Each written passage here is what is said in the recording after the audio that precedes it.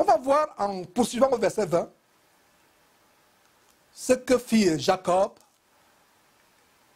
en réponse à cette fantastique vision que Dieu lui montra et les promesses que Jacob a fait à Dieu.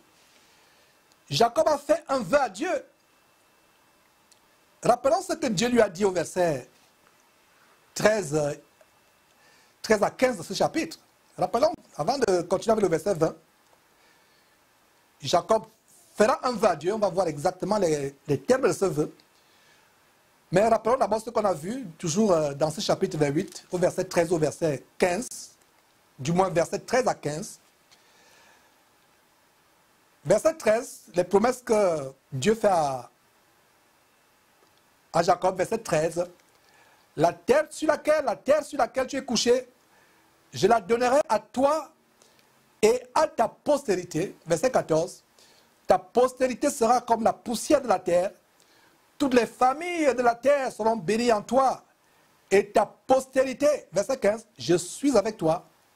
Je te garderai partout où tu iras. Je ne t'abandonnerai point, etc., etc. Alors, allons maintenant, poursuivons au verset 20. Le verset 20 nous dit ceci. Jacob fit un vœu en disant, regardez, il fait un vœu. C'est lui-même de manière délibérée, de sa propre initiative, il fait un vœu. Et mes frères et sœurs, faisons attention aux vœux que nous faisons à Dieu. Ne réfléchissons pas après avoir ouvert la bouche. Soyons lents à ouvrir notre bouche, notre cœur devant Dieu en faisant des vœux. Parce que si tu as fait un vœu, ne tarde pas, si tu en vas à Dieu, ne tarde pas de l'accomplir. Ne sois pas insensé. Tu te couvrirais d'un grand péché en faisant un vœu à Dieu que tu n'accomplis pas. Donc quand tu fais un vœu, fais attention, Dieu ne t'a rien demandé. Ne fais pas de vœux si tu es sûr que tu ne vas pas les accomplir, les tenir. Donc, voyons le vœu. Jacob, verset 20. Très intéressant, mes frères, ce qu'on va voir par la suite, à partir de ce verset 20. Jacob fit un vœu en disant, si, regarde la condition, il veut faire un contrat avec Dieu, il veut marchander. Il ne dit pas, Dieu, je vais faire ceci, il dit si. Donc, il impose une condition à Dieu. En fait, c'était un vœu conditionnel. Jacob n'est pas encore tout à fait transformé au niveau où nous lisons cette histoire. Rappelez-vous qu'il sera transformé après 20 ans. Quand son oncle Laban va lui montrer que être escroc n'est pas une bonne chose. On reviendra dans quelques instants. Mes frères et sœurs, il n'est pas encore transformé. Il était tellement rusé malin et c'est un vœu conditionnel.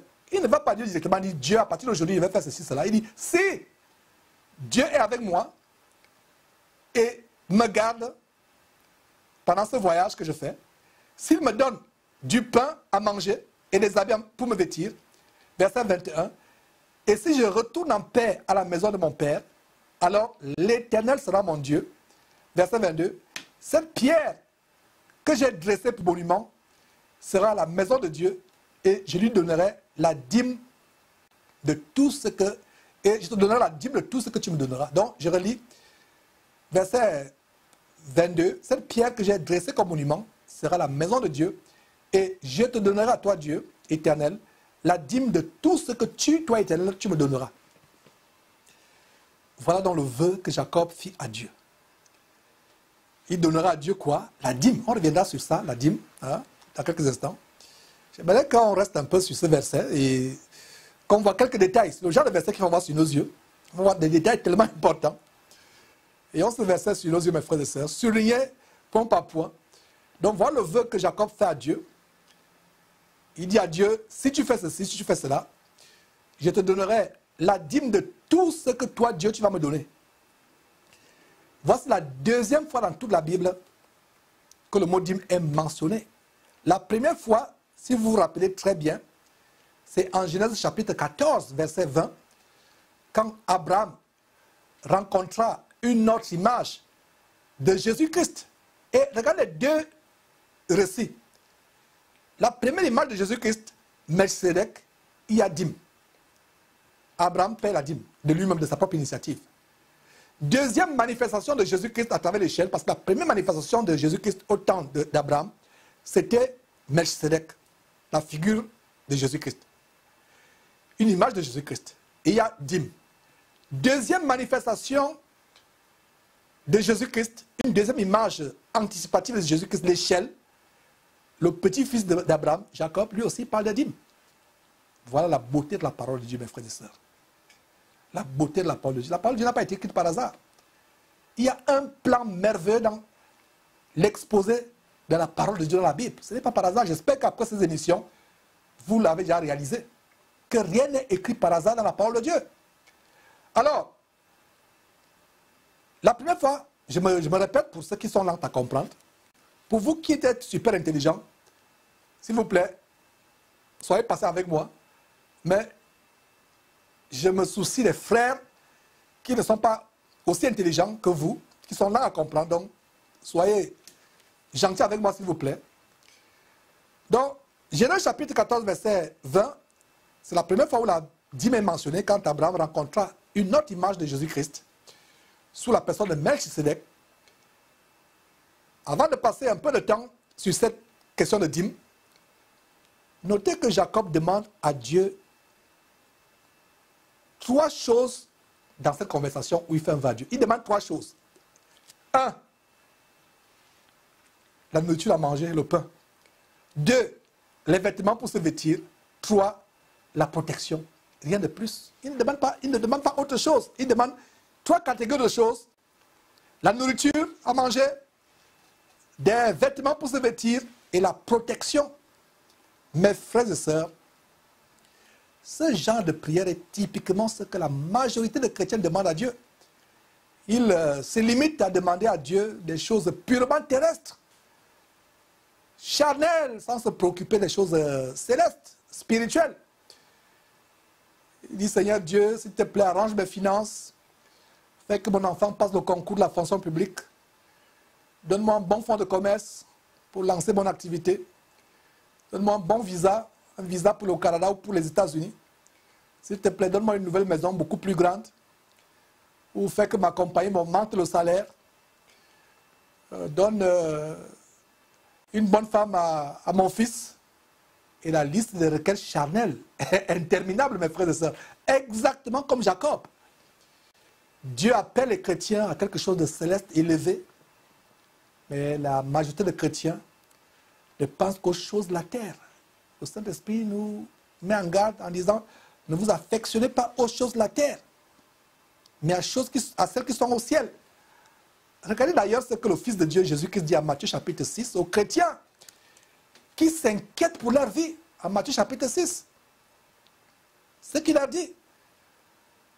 Regardez ce que Jésus dit, Matthieu chapitre 6, pour ceux qui s'inquiètent pour leur vie, sur ce qu'ils vont manger, sur ce qu'ils vont porter comme vêtements.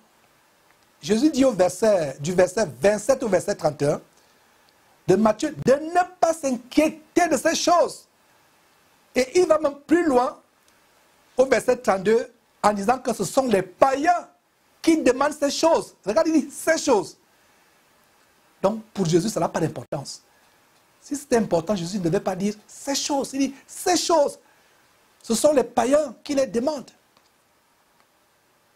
Car le vrai chrétien, véritable disciple de Jésus-Christ, c'est que Dieu est au courant de ses besoins, même s'il ne les lui soumet pas. Le vrai chrétien, c'est que même s'il ne soumet pas ses besoins à Dieu, Dieu est au courant de ses besoins. Et que Dieu va pourvoir à ses besoins infiniment au-delà de ce qu'il demande ou de ce qu'il peut penser. Voilà ce que le vrai chrétien a comme confiance, comme croyance, qui n'a même pas besoin d'exposer à Dieu un chapelet de besoins, une litanie de besoins, que Dieu sait les besoins du chrétien et que Dieu pourvoira ses besoins infiniment au-delà de ce que le chrétien peut demander ou penser ou espérer. Et que Dieu le fera sans même que le chrétien ait à lui demander quoi que ce soit. Rappelez-vous, mes frères et sœurs, ce que je vous disais dans une étude précédente, comment Dieu a donné un travail à Adam, le premier homme créé. Adam n'avait pas demandé de travail, mais Dieu lui a donné un travail.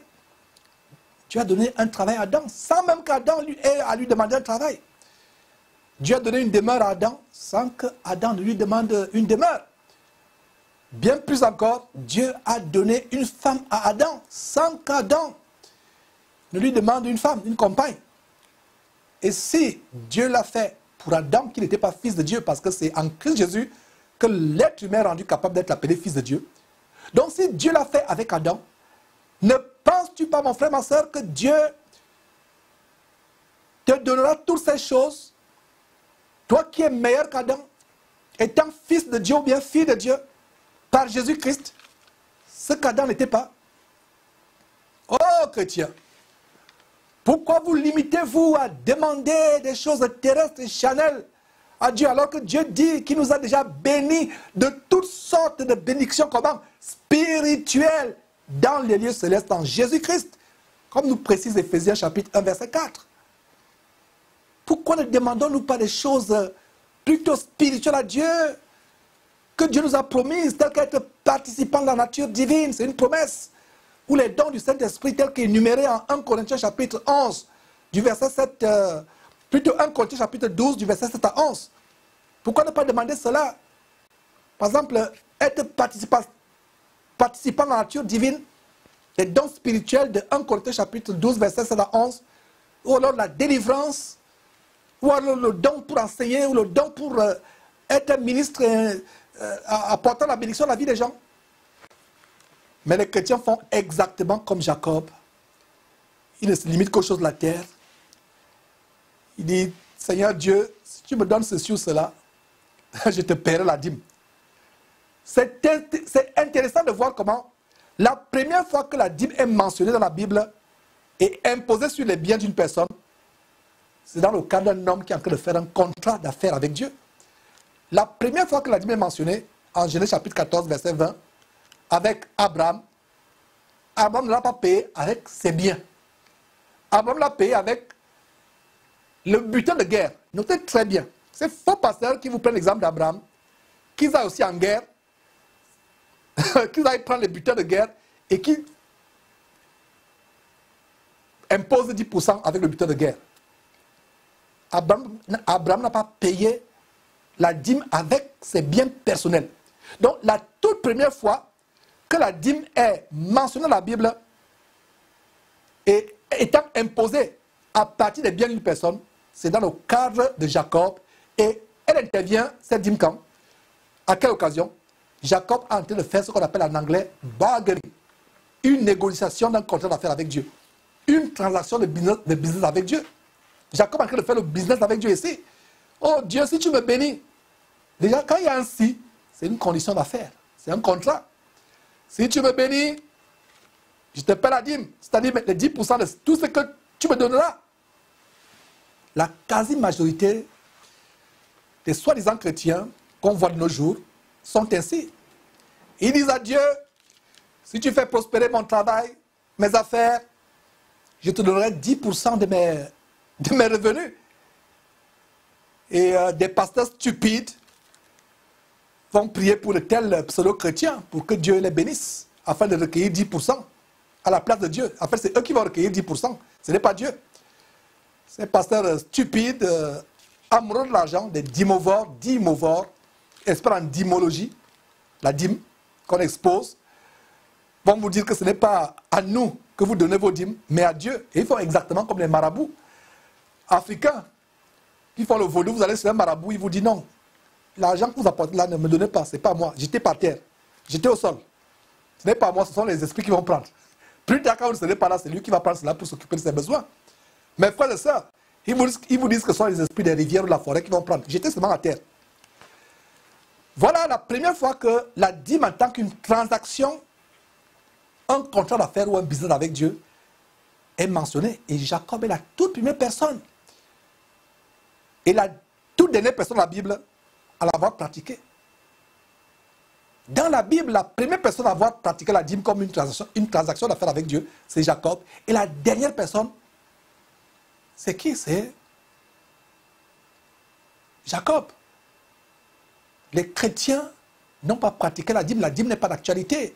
Pour les chrétiens, d'ailleurs, il y a un enseignement que nous avons posté sur notre chaîne YouTube. Et je crois qu'il est passé en Afrique. Et je pense qu'on pourra le repasser encore en Afrique, à la télévision. qui recense tous les versets bibliques sur le mot dîme. Voilà, mes frères et sœurs, la première fois qu'un homme pratique la dîme comme une transaction de business, d'affaires avec Dieu, un contrat d'affaires. Et la dernière fois, c'est Jacob. Et c'est un travestissement anti-biblique qui se manifeste aujourd'hui dans l'évangile diabolique, la prospérité, avec les doctrines de semences, semer ou donner pour recevoir.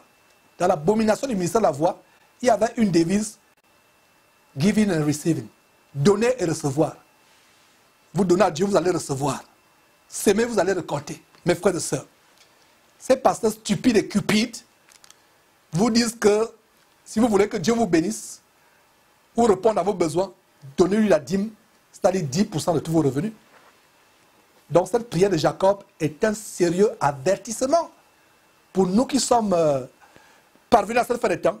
C'est un sérieux avertissement pour nous que quand Dieu nous appelle à quelque chose d'élevé, c'est-à-dire de céleste, de spirituel, ne rabaissons pas Dieu, ne répondons pas à cet appel aux choses célestes, spirituelles, ne répondons pas avec des choses terrestres, matérielles, ne répondons pas avec ce qui est bas.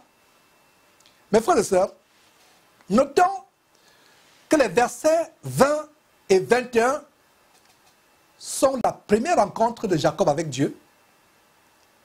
Retournons à Genèse chapitre 28, s'il vous plaît, et notons que les versets 20 et 21 sont la toute première rencontre de Jacob avec Dieu. La seconde rencontre est en Genèse chapitre 32, qu'on va étudier plus tard, plaise à Dieu, dans quelques semaines. Et comme je vous l'ai dit, une période de 20 ans s'étend entre ces deux rencontres. Et au milieu de ces deux rencontres, on a 20 ans de discipline, de redressement, de brisement, de correction de Jacob, d'apprentissage, de l'humilité, etc., etc. Et à l'issue de ces 20 ans, Jacob en sort comme un homme totalement transformé. Et c'est intéressant de voir comment, après 20 ans, à la deuxième rencontre avec Dieu après 20 ans, ce n'est plus le pain, les vêtements et la protection qu'il va demander à Dieu. Il ne fait plus de contrat d'affaires avec Dieu, au moyen de la dîme, mais il va tout simplement demander quelque chose de tellement simple, la bénédiction tout court. Genèse chapitre 32, verset 26. La bénédiction. Regardez le contraste entre Jacob, 20 ans avant, qui se préoccupe des choses de la terre, c'est le pain qui l'intéresse, c'est les vêtements, c'est la protection de ses ennemis. Mais 20 ans après, quand son nom est changé de Jacob à Israël, il se préoccupe de demander ces choses. Il demande tout simplement ce qu'on a vu à Éphésiens chapitre 1, verset 4, la bénédiction. Et la bénédiction vient d'où? De Dieu, c'est-à-dire les bénédictions célestes. Il dit, je ne veux rien d'autre, Seigneur Dieu. Je veux la bénédiction céleste. Je veux ta présence dans ma vie. Je veux me revêtir de la nature divine. Je veux être participant de ta nature divine. Oh, chrétien qui est toujours dans l'état de Jacob, qui ne cherche qu'aux choses, qui ne pense qu'aux choses de la terre. Passe du stade de Jacob au stade d'Israël. Peut-être Dieu ne te fera pas passer par 20 ans de transformation et de changement, mais il est urgent pour toi. Les temps sont mauvais. Les temps sont mauvais, les temps sont courts. Nous ne savons pas quand est-ce que la trompette va sonner. Rachetons le temps. Sortons de la terre. Commençons à entrer spirituellement au ciel. Ne nous limitons plus aux choses terrestres. Après 20 ans, Jacob qui devient Israël ne cherche plus les choses de la terre, le pain, la nourriture. Et c'est pour ça que Jésus dit plus tard en Matthieu chapitre 6, ces choses, ce sont les païens qui les demandent. Donc Jacob, 20 ans avant, était un païen. Mais après sa transformation et le changement de son nom en Israël, il dit, Seigneur, je veux tout simplement ta bénédiction céleste. Tout court. Donc ces chrétiens qui imitent la dîme de Jacob, ils imitent la dîme de Jacob,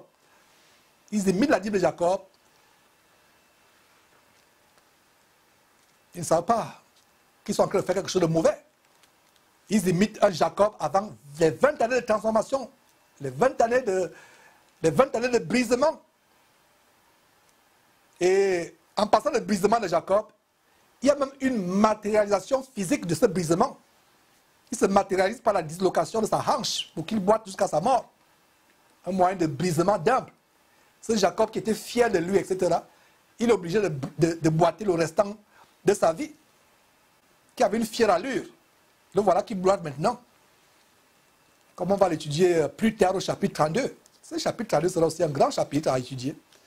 Donc notons qu'après cette transformation, le nom de Jacob, n'oubliez pas cela, est transformé en Israël, plus précisément en Genèse chapitre 32, verset 28. Je ne fais qu'anticiper déjà l'étude de ce chapitre.